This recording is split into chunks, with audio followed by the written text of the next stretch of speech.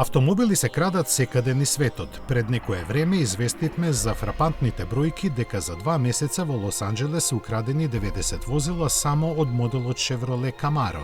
Сега дознаваме уште пофрапантни, ама суштински спротивни податоци за кражбите во Јапонија. Имено тамошните крадци имаат далеку пософистициран вкус од американските и според Јапонската асоциација на осигурителните друштва најкраден автомобил лани беше Toyota Land Cruiser. Моќните карактеристики на легендарниот теренец можеби и го оправдуваат непопуларното прво место, ама второто создава тотална конфузија. На него е големиот моноволуменец Alphard, исто на Toyota. Но изненадувањата не завршуваат тука.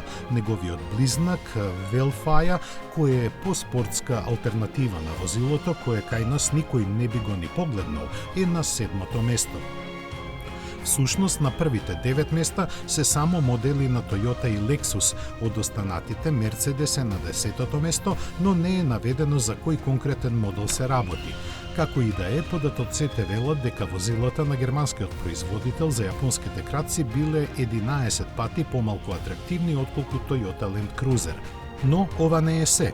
Најзапрепастувачка делува вкупната бројка на украдени возила, која во Јапонија лани достигла само 2600. Ако знаеме дека таму има повеќе од 80 милиони возила, тоа би значело дека ако кај нас е така, во Македонија годишно би се краделе се на се по 14 автомобили.